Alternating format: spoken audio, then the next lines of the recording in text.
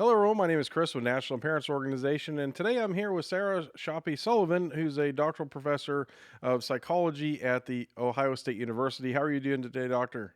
Just fine, thanks.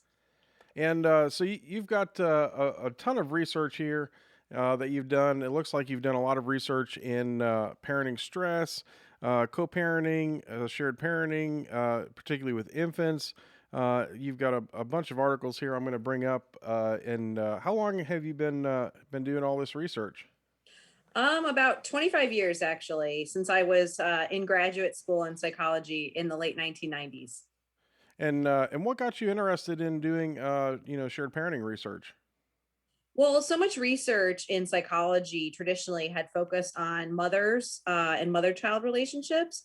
And there was much less research on fathers and father-child relationships. And so I became very interested in trying to fill that gap.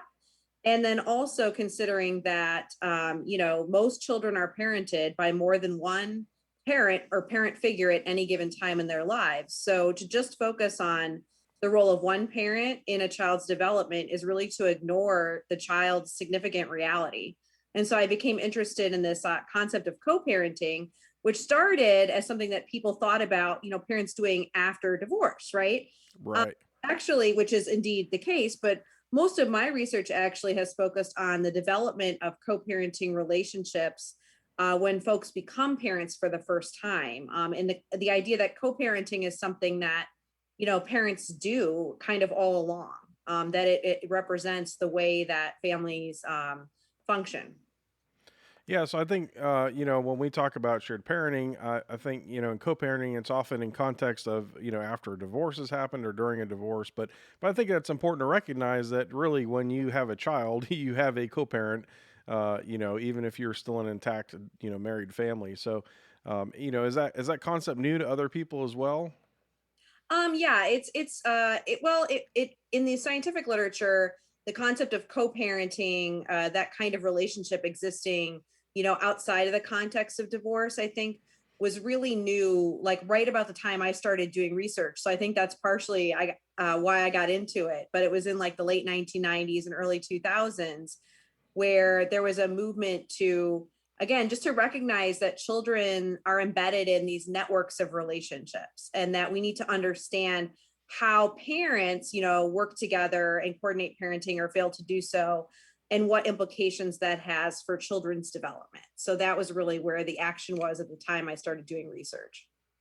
Yeah, and I think certainly, from earlier in the '90s, if we go all the way back to the '60s and '70s, that whole concept of mother nurturing and moms know best, and but there's been a significant shift in the research to show that really those are old concepts and they're really not how the brain works, right? Yeah. And what are some interesting things that you found along the way? Well, I would say that, some of my early work on fathers demonstrated that fathers make important contributions to children's positive development above and beyond the contributions of mothers.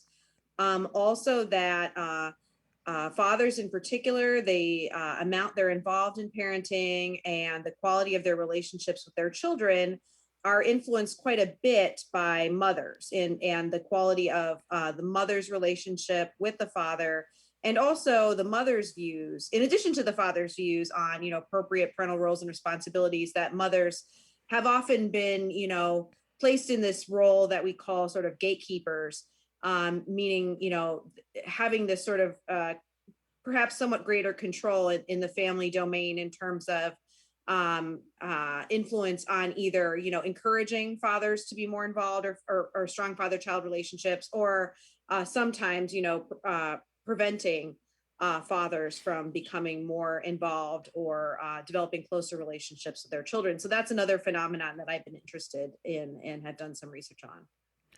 And let's go back for just a minute. You mentioned something that I think is key, which is easy to miss, but we always or we often in the shared parenting world when we talk about life after divorce and co-parenting after divorce, we focus on that parent-child relationship, so the mother-child and the father-child relationship, but we don't spend a lot of time focusing on that parent-parent relationship.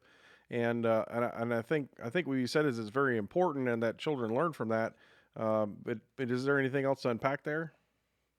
Um, yeah, I think that, yeah, there's also, decades of research suggesting that whether we're talking about after divorce or a breakup, or, in a family where the parents are married or romantically involved, that those dynamics between parents, even ones that, have to do with their couple relationship, interparental conflict, these things can be very influential on children. Absolutely. And so, another way to think about co parenting is sort of those aspects of interparental relationships that focus more specifically on parenting.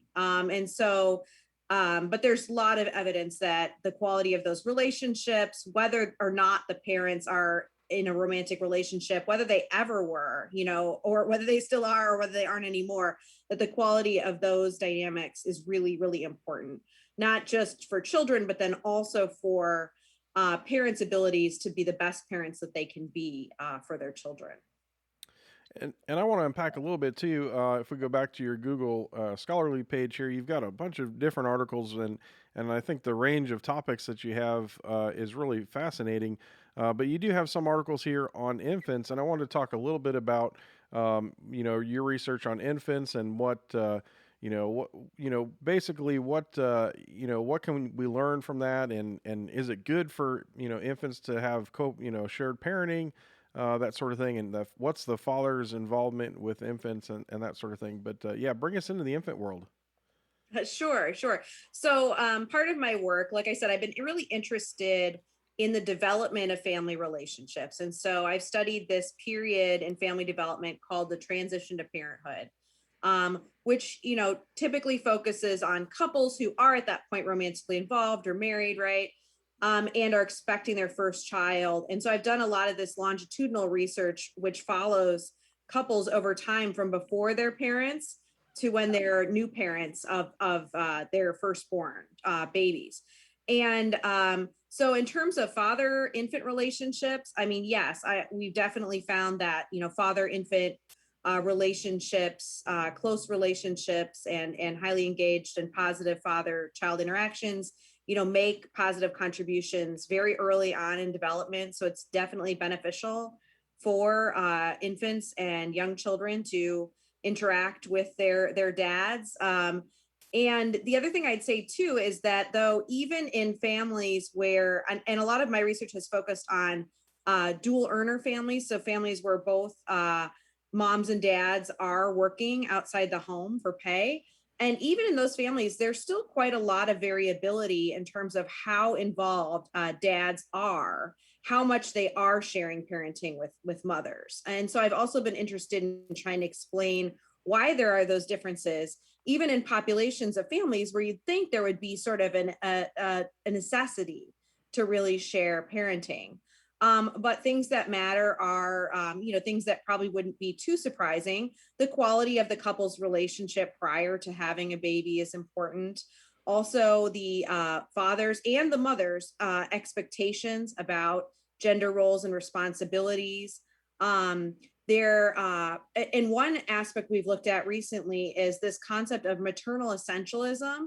So most of the couples that I've studied, they'll agree with things like, dad should be present at the birth of their child. Yeah, nobody disagrees with that anymore. I mean, maybe that was a point of disagreement in the 60s or the 70s, but it's not a disagreement anymore, right?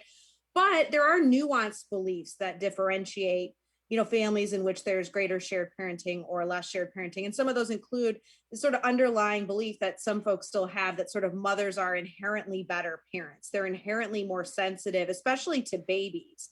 And so those beliefs can be a barrier to greater shared parenting in infancy. So I think that's something that's really important, is trying to unpack why those beliefs persist, even among couples where, in many other respects, they look fairly progressive and like they'd be on track for shared parenting. So that's something we found that mattered in our recent research. Well, that's so interesting. And those beliefs that mom is the better nurturer. Is that have you found that that actually can be counterproductive? And so, I mean, the intent of the belief is to be better for the children, but in reality, if they keep dad away, or have dad has less involvement because of that belief, I mean, that's harmful to the children actually, right? It's counterproductive to the original belief. Yeah, I mean, I think that, we always have to keep in mind, we're assuming that, the couple wants shared parenting and that this is a good thing and that there aren't any, the parents don't have any major kinds of issues that, would make their greater involvement in parenting, potentially destructive. Like I'm thinking, really serious substance abuse problems or things like that. Obviously, you have to roll that out. But with those kinds of exceptions, I mean, yeah, this is a barrier to greater father engagement, and also a barrier potentially, I think, to mothers kind of trusting dads, to be just as, good, at parenting as they might feel they are. And so yes, we have found that especially when mothers and fathers have more essentialist beliefs about, mothers sort of natural abilities as parents, that fathers are, less, engaged in parenting early on. And I think an important point is some of those families might think, well, the dads will get more involved later when the kids are older, like I've heard people say when they can walk and talk, and things like that. But the thing is that early level of involvement, and how much shared parenting there is early on really does set the stage for what it's going to look like later on. So I think sometimes people think, oh, it'll balance out later on. But I don't think that actually necessarily happens in the way people think. And often, in the United States at least, I mean, our birth rate has been going down, especially during COVID. But people have more than one kid, and then you add another child to the mix, and sometimes that can lead you, in some ways, even further away from sort of truly equally shared parenting in that way. So yeah, so I think those beliefs are, I mean, are something we really need to work on, in terms of, understanding sort of where they come from, and like I said, why they seem to persist even in couples that otherwise you ask them, do you want to share parenting equally, they're like, yeah. But if you ask them, but when it comes to baby, who really knows, does a mother know better what a baby wants and needs, they're kind of like, yeah, I think that belief still really is lingering in the background, and I think it does affect some of these early dynamics. But it can get in the way of shared parenting. And if shared parenting is something that, especially something the parents strongly desire and they're not getting there, then of course that can create conflict in the couple relationship, which can, be, further destructive. Yeah, and certainly, as kids are young and from infant to the toddler stage, they're learning an incredible amount that it gets transferred later on and even into adulthood. So setting that stage early on, I think is so important. And have you seen any differences in development for children that have had sort of parents that sort of work together, whether they're divorced or not, or still living together or still married? Versus children of separated parents who maybe not have been encouraged to see that cooperation. Yeah, I mean, like I said, most of my research has focused on, married or cohabiting, romantically involved co-parents. But yeah, when co-parents are cooperative, supportive of one another, they refrain from, getting into a lot of arguments, sniping at each other, criticizing each other, and so forth, and they create, thereby create a more positive family dynamic. Their children are better adjusted in multiple ways. I mean, they have fewer behavior problems, they're more likely to comply with parent requests.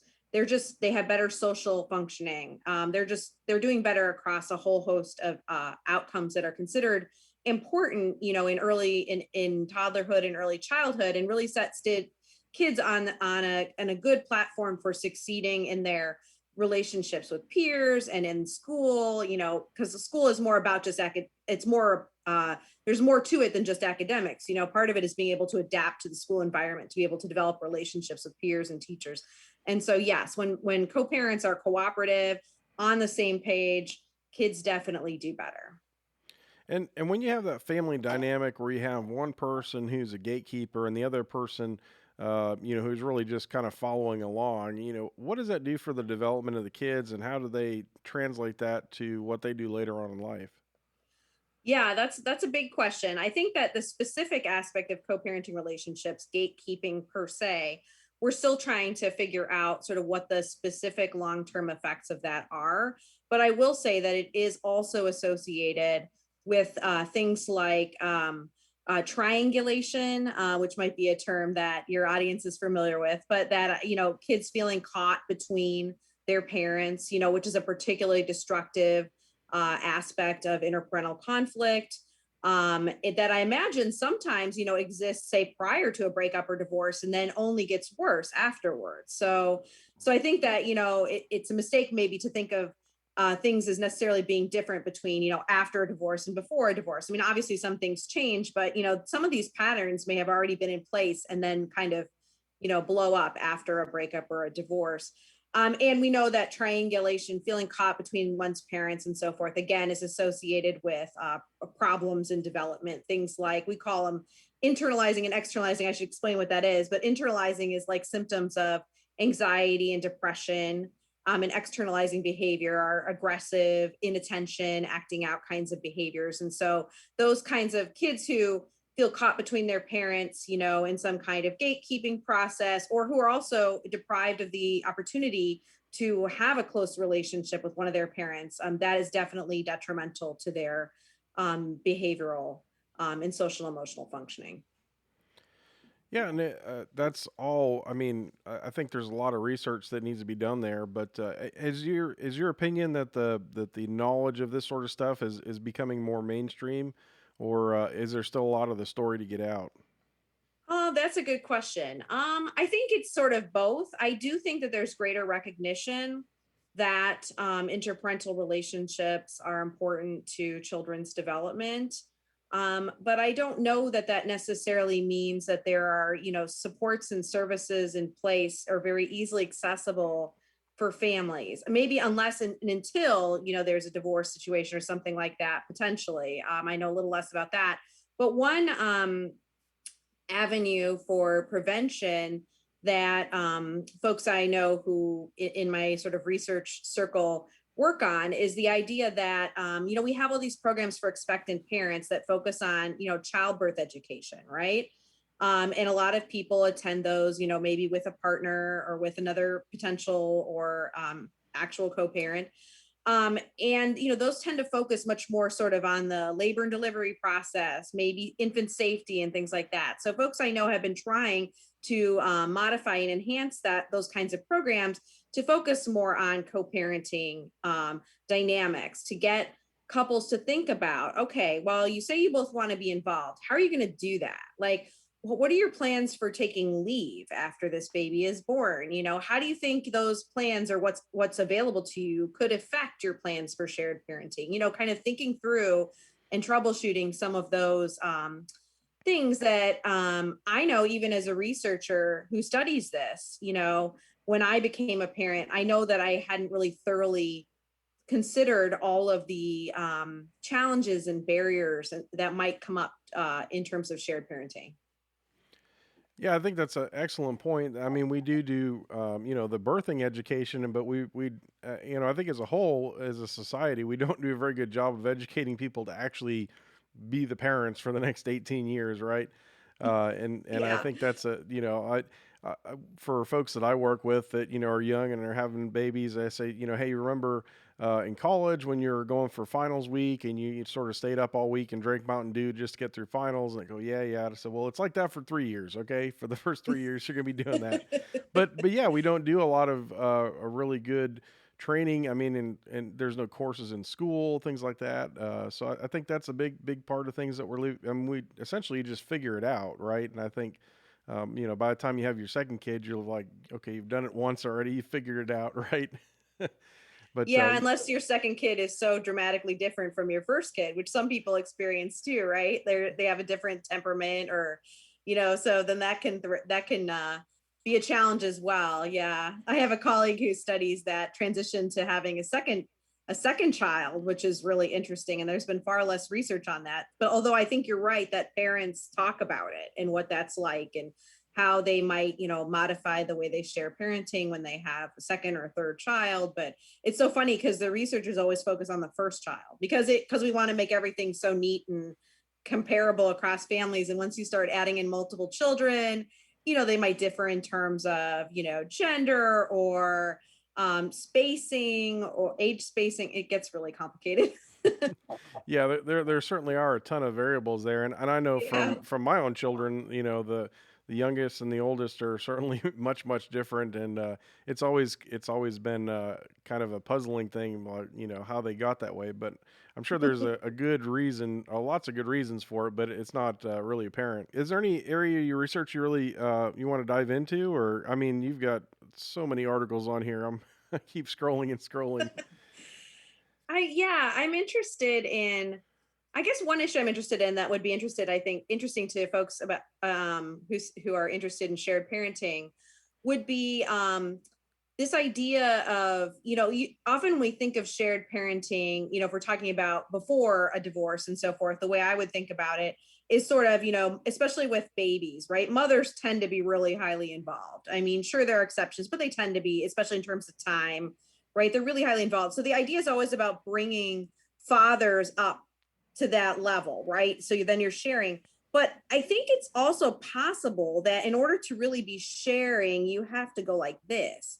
Like, so I think mothers, it's a very weird thing to say you should, spend less time, maybe not less time exactly, but that in order to really achieve something that's equal, that there is a sort of a ceiling on, Sure. how others can be involved, and that actually there's some benefits to really sharing that are, might free up mothers to have, a little more time to, relax or focus on work or career, or, and so I don't know that that conversation is I guess always had, it's always about getting the dads more involved, but then, like what's the level of parental involvement that Right. might be excessive, and at what level are parents ignoring their own needs and their own their own plans for their lives. Like I do think it's possible to be a really good parent without constantly upping the ante in terms of engagement with your children. So I'd like to see that idea kind of considered. I mean, there are norms in the US that have become more and more popular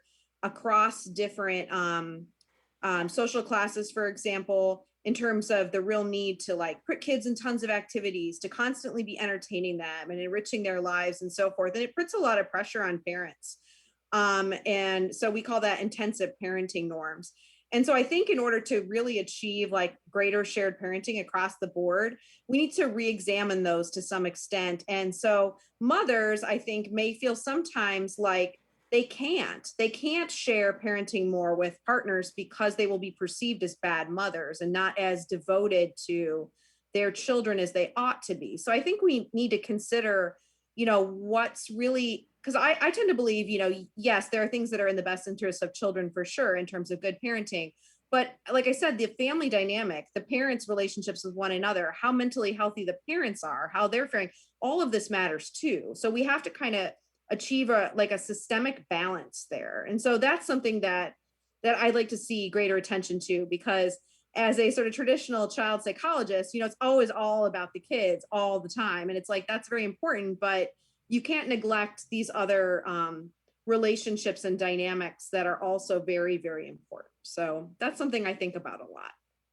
Yeah, I think that's a really good point. Is just because dad's more involved doesn't mean mom he needs to come up to the level that mom's doing. Mom actually needs to come down a little bit, right, and to match what Maybe, dad's yeah, doing. yeah. Or are there things, we can just structure it a different way? And you don't want to make it some sort of contest, because I can always see where, still, like I said, there's a lot of these underlying beliefs out there. I think that, if a mom said, oh, I'm going to spend less time with my kids, I mean, a lot of people's gut reaction is going to be like you're what are you doing, you're a bad mom. I mean, we can see this with actually just recently with discussions about so many women like I wouldn't even say opting, because that's probably not the right word, but coming out of the workforce during COVID because of needs to help children learn at home, or because their jobs don't pay as well and they don't have, or there may be perhaps more risky jobs or things like that, right?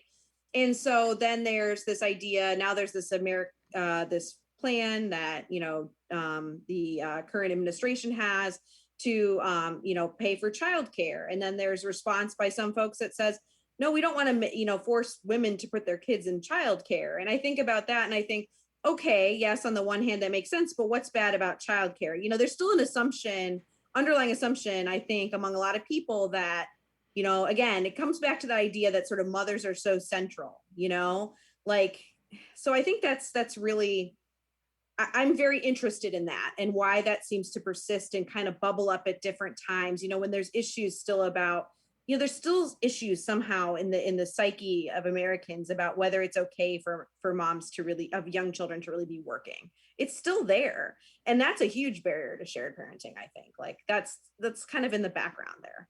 I think that's just my opinion, but I think it just comes up again and again in these strange ways. So I spend a lot of time really grappling with this idea of we become so more progressive. We've made a lot of progress in some ways, but in other ways, the progress seems incomplete or stalled. So that's something I think about a lot. Well, and I, sometimes I wonder, have we really, in our attempts to be progressive, have we actually regressed, right?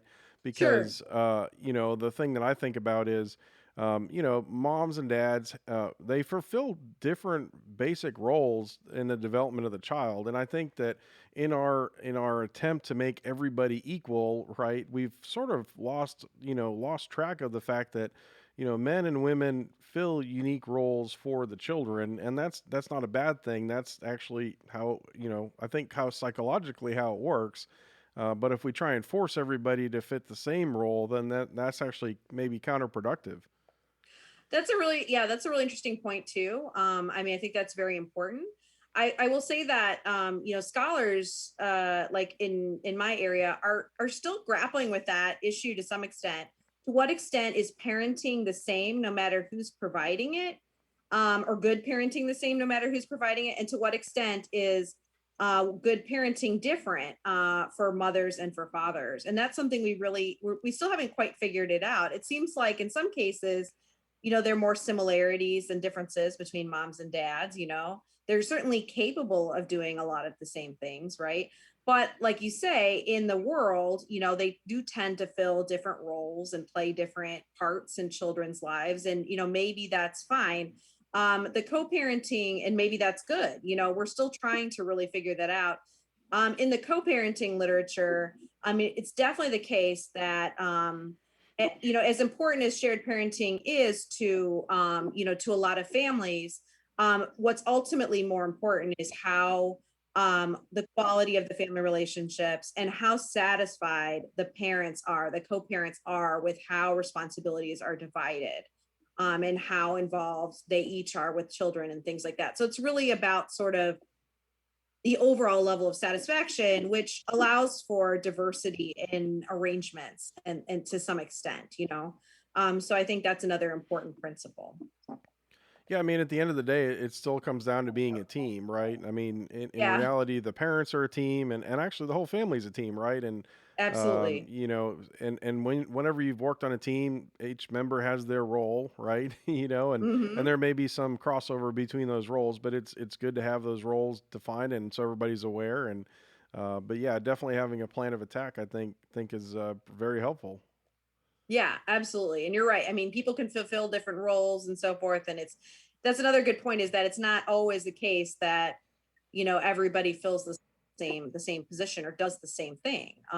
But and I would say though that, the flip side of that is that, fathers don't always have to, act like stereotypical fathers. They might in some families fulfill more of the primary caregiving roles, or something like that. Whereas mothers might be, doing more breadwinning, and all of that is fine. I mean, and you'd expect that kind of variability. I think it's good to be flexible too, to be able to, and families need to be flexible to be able to adapt to changing circumstances as well.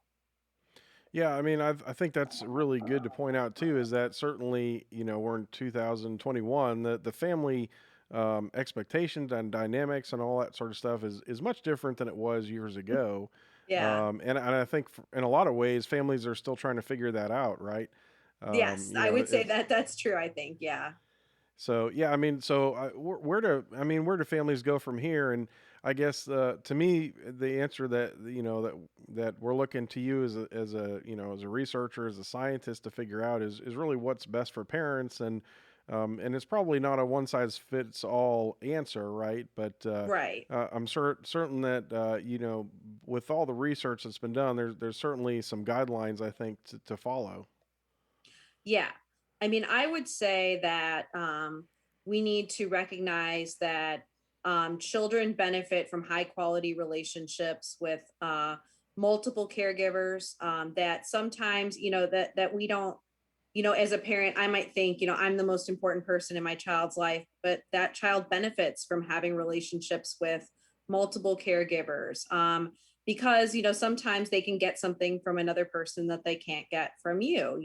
And so I think that taking that kind of long view or broad view as well is good as a parent to say, look, this benefits my child will be better off in their development. They'll be more insulated from potential pitfalls and challenges that may come up. They'll be better able to cope if they have high quality relationships with multiple caregivers.